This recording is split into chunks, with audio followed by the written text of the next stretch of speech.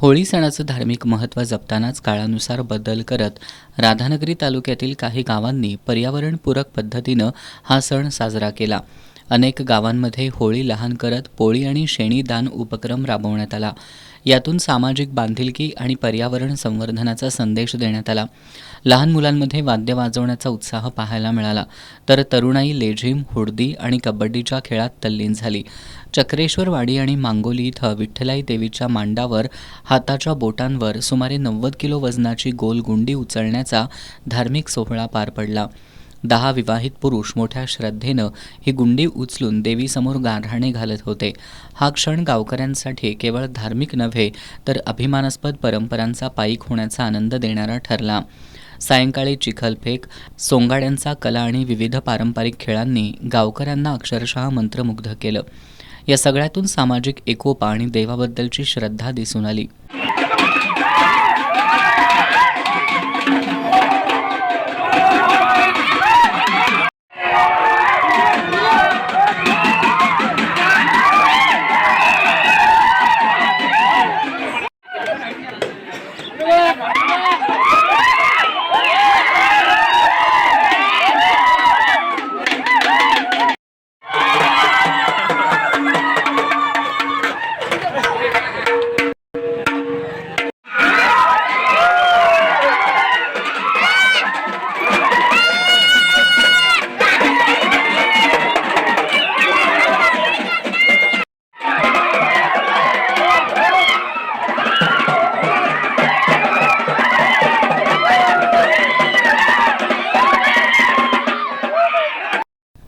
तालुक्यातील दुर्गमानवाड, कुडुत्री, गुडाळ आणि कसबा तारळे इथंही पारंपरिक खेळ आणि धार्मिक कार्यक्रम मोठ्या उत्साहात पार पडले.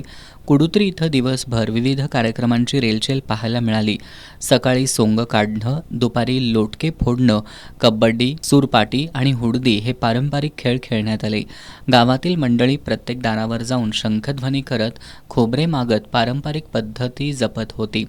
यानंतर नदीकाठी जाऊन देवाला पोळीचा नैवेद्य दाखवण्यात आला.